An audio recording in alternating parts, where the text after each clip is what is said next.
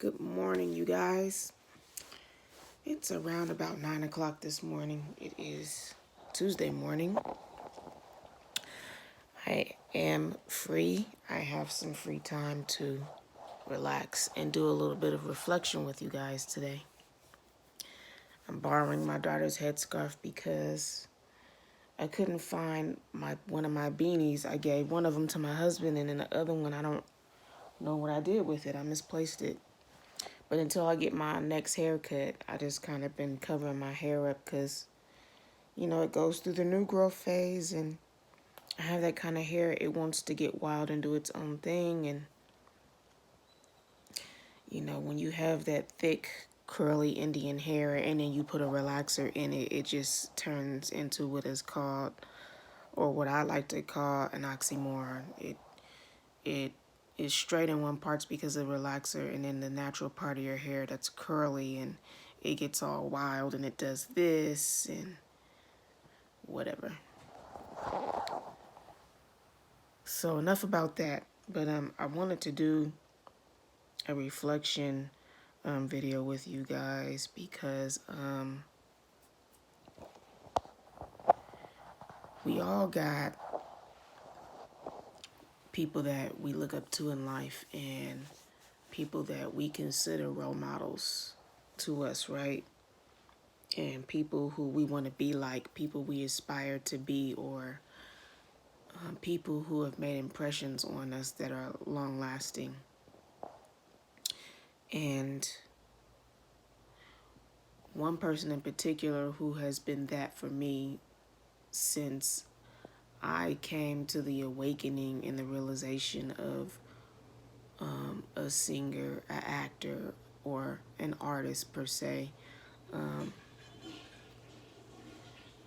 is, once I came to that realization of who an artist is, Selena was that very first artist for me. And I think what really made me drawn in is I saw the movie first. And at the time I saw this movie, I had to have been probably 12, maybe 11, somewhere around there.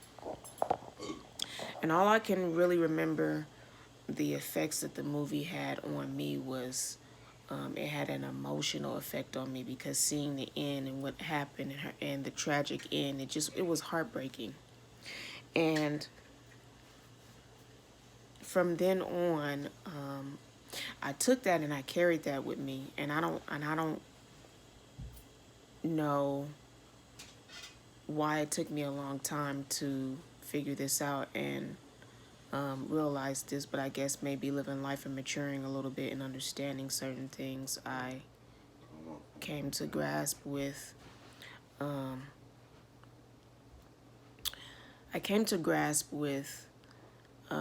what I was actually doing. And then when I finally realized that it's healthy to stop doing it, I made those adjustments.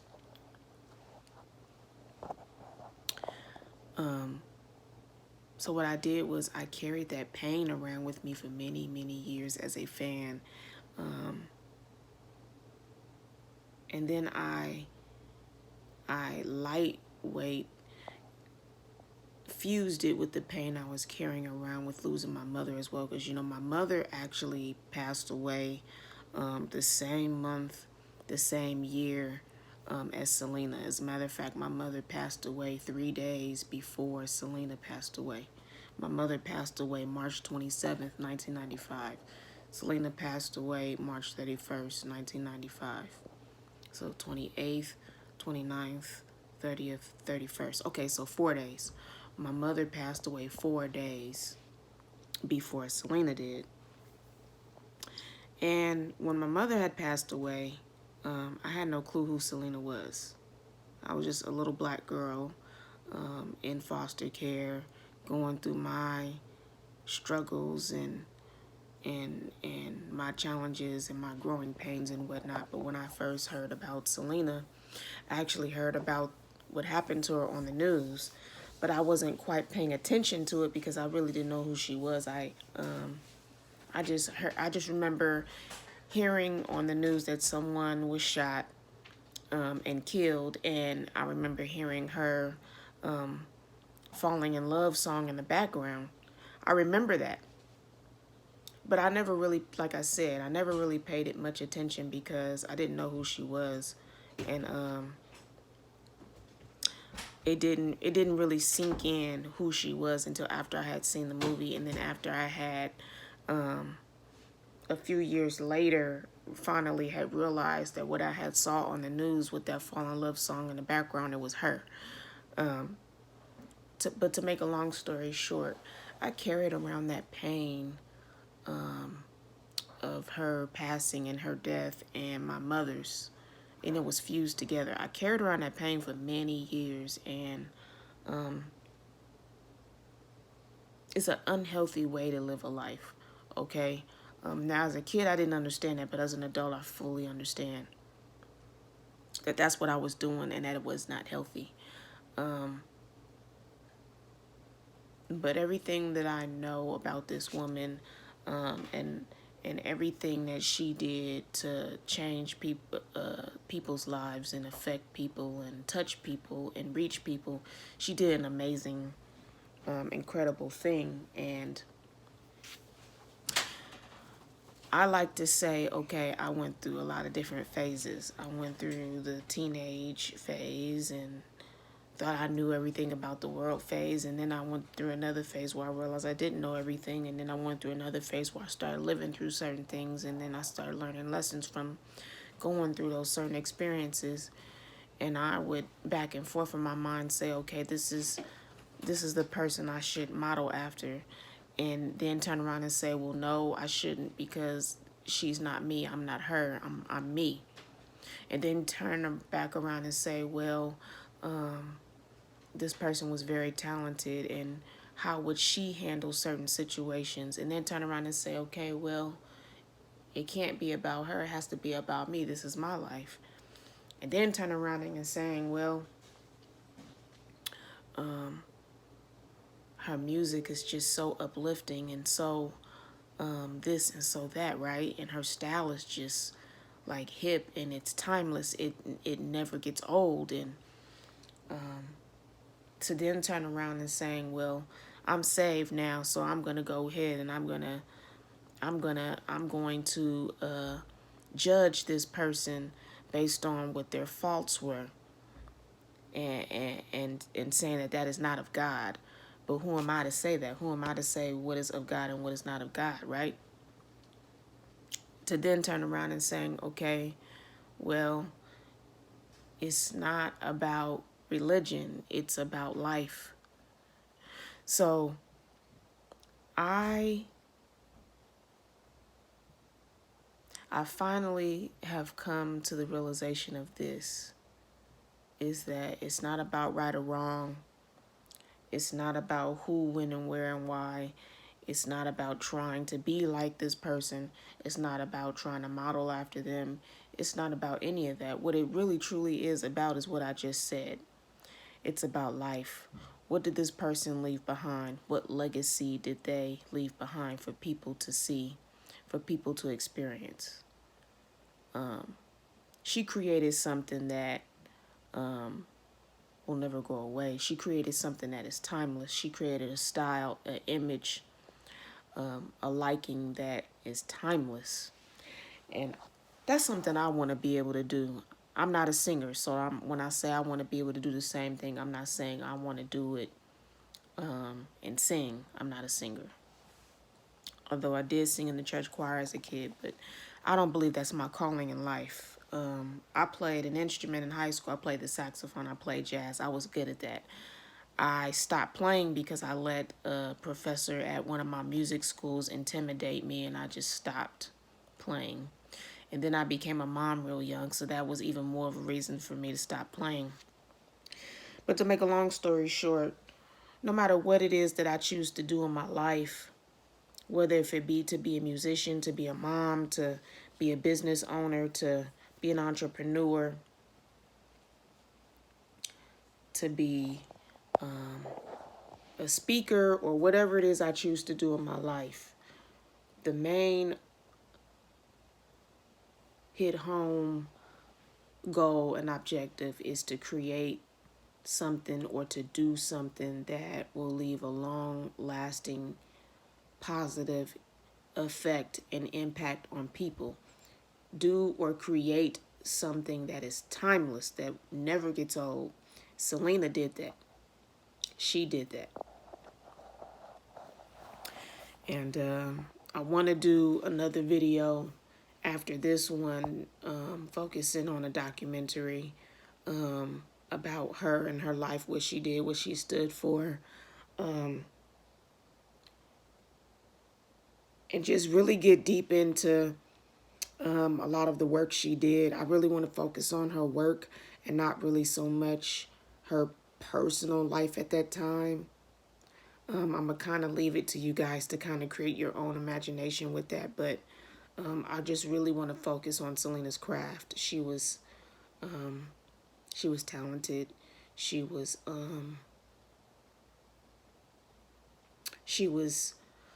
not offensive. She was not over the top, but she was not like under performing or under progressing either. She was just perfect. Like, she had the right style. She had curves. She had the voice. She had the personality. She was always smiling, and that is so contagious. When you see somebody and they're always smiling, it rubs off on other people, right? And that was one thing about her that stood out to me, was her smile. She had a gorgeous smile, and she could dance. Boy, could Selena dance. She could dance. She could capture people's attention in the audience. She was a great entertainer. She knew how to get people involved and get them excited and get them to be happy, you know. Also, I just think about, too, you know, what happened in that hotel room that day. That what drove Yolanda to pull the trigger. And of course, we all have our opinions and our theories and our visions as to what we believe, what went down and what happened. But me personally, I believe the woman was just a ticking time bomb waiting to go off. You know, I think in her early stages of life, she struggled and had issues going on, and she was probably bullied. She was probably not as attractive as Selena was growing up in her younger years, and maybe she went through, tough times. Maybe high school was just not her best time. Selena never really experienced high school because Selena was on the road and singing, and her family were out there trying to make a living. So Selena didn't have that high school experience, but I'm sure when Yolanda was in high school, I'm sure it was probably just not a good experience. So that created something right there in the core, right? When someone is going through something in their lives, it's a cancer or a virus that is there. That's the core of it, and then it just grows and it spreads. So I think that could have been Yolanda's core, being bullied, being viewed as less than, being, not appreciated, those things. And then I think when she finally made it to nursing school, I think that was somewhat of an accomplishment, maybe for her and her family, but there was still a void there because of the bullying she went through, because of the unacceptance. I think she still had a void and an emptiness there inside of her. And I think nursing, was probably just not enough of an accomplishment to make her feel full and make her feel like she's something.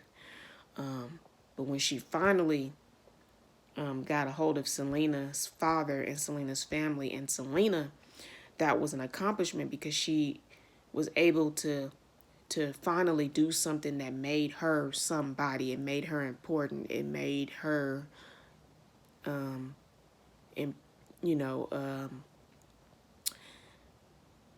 it made her existence finally fill out to where she felt like she had a purpose now, And then when she finally got her foot in the door,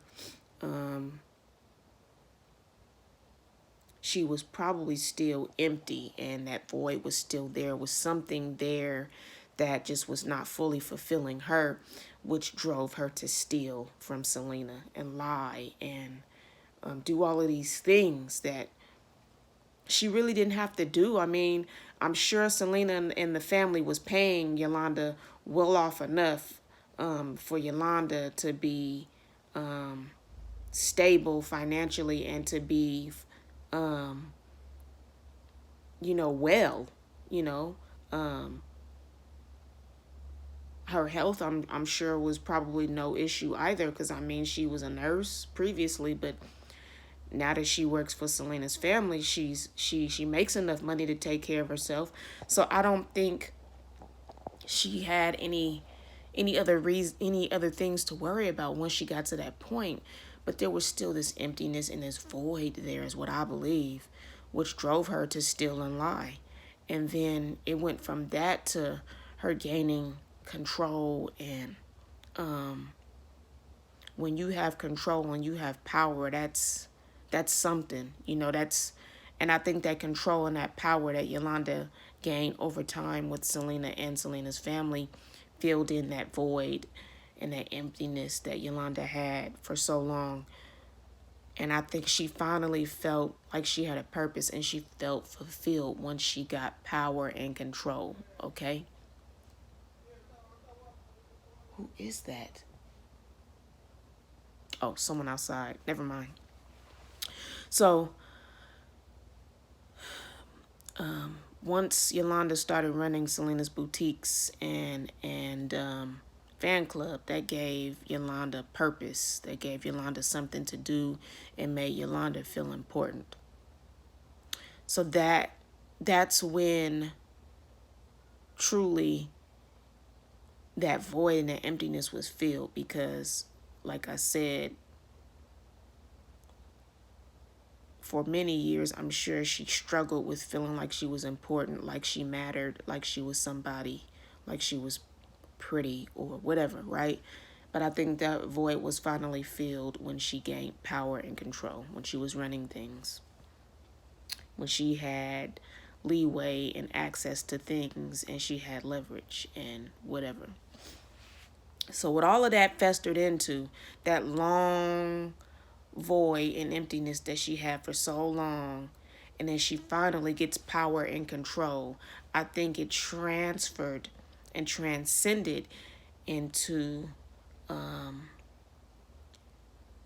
this thing where, okay, she finally got what she's been wanting for so long, and if someone comes along and tries to take it from her, she's going to do something about it, or she's going to react in whatever way, right?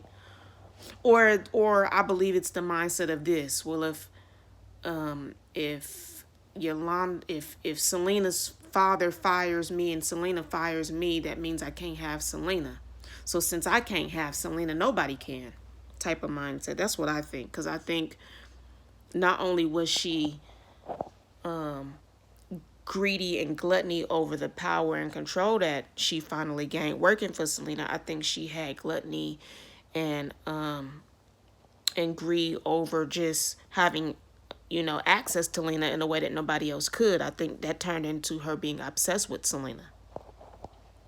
And so there you have it. Yolanda wanted control. She wanted more money, and she wanted power, and she wanted complete control of Selena and complete power over Selena in a way that nobody else could have it.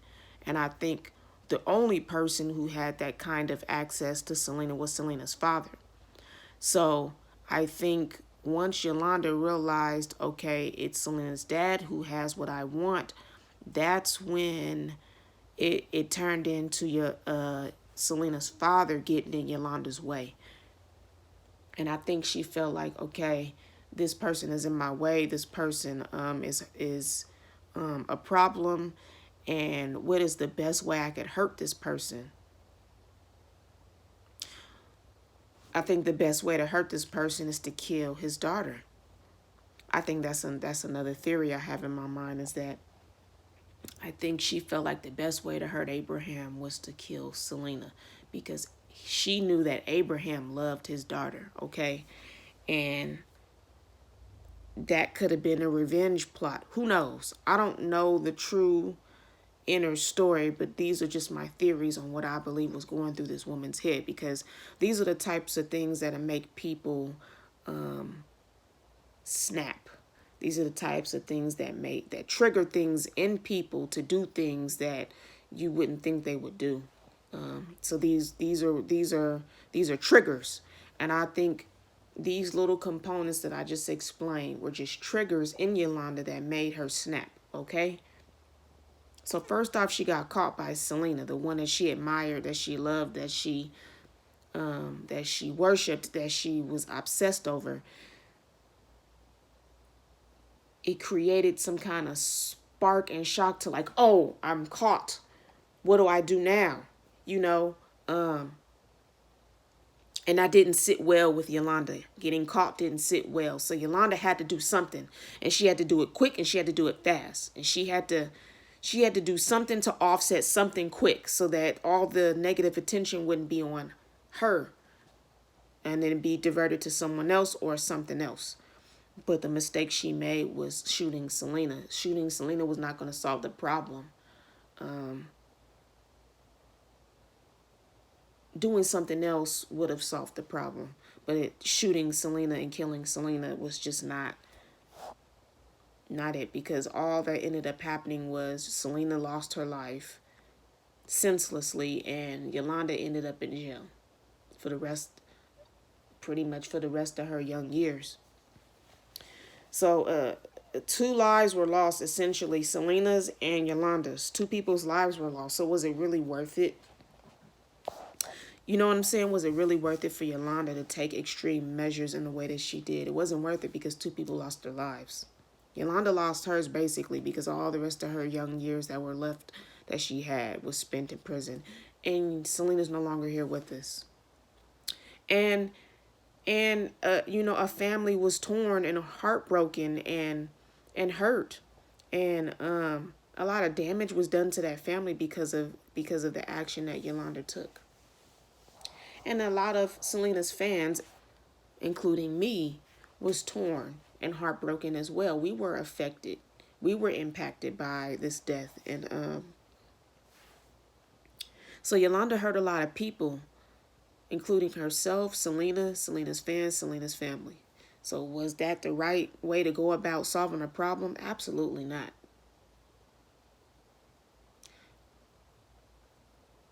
All this time has passed now. It's been 20-something years. She's still sitting in prison. But Selena's family, they went on with their lives. Selena's still gone. She's never going to be back here again. We can never get her back. But I'm a mom now. I'm no longer an 11, 12-year-old kid. And I have lived the fullness of a life. And Yolanda's still in prison. And Selena's life has not been re-brought back to us. Selena has perished from us. She's perished physically. But one thing that I can say that has not perished is Selena's spirit. Selena's spirit is still here because her music, her legacy, it lives on. And 20-something years later, people are still falling in love with Selena. 20-some years later, people are still digging Selena's dance moves. 20-some years later, people are still listening to Selena's music. 20-something years later, people are still using Selena's style and Selena's image and Selena's the way that she wore her clothes and the big loop earrings and Selena's smile, those things have never gone away. It is still here. 20 something years later, it is still relevant today. Isn't that amazing? It's amazing because of what I said before. The things that Selena did is timeless, man. It's timeless. And I want to be able to do that. I want to be able to do something or create something that is timeless. So that when I'm no longer on this earth, I made my mark enough to affect people in a positive way, impact people in a positive way. And that's the best accomplishment you can make on this earth, no matter what your age is, your nationality is, what your gender is, what your values are, what your background is, what your morals are, what your religion is. It doesn't matter. Every single one of us wants to be able to do that, want to make a mark on this earth and leave something behind that will last forever, something that can be passed on to others and they can enjoy.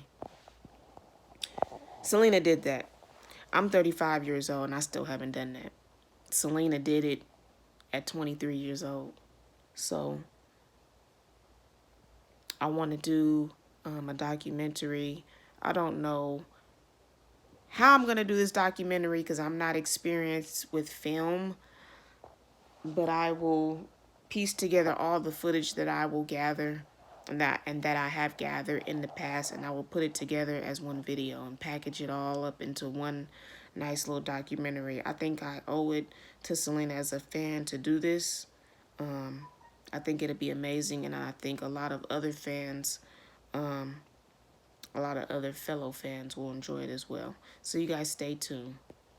Thank you for listening. Thank you for watching. Don't forget to like, share, and subscribe to the channel. And I will have more content coming to you soon.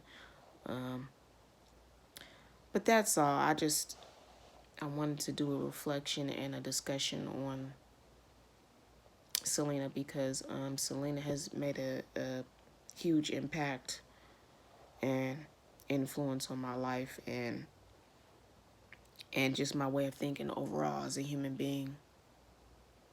All right, so that's all for now. See you guys later. Peace.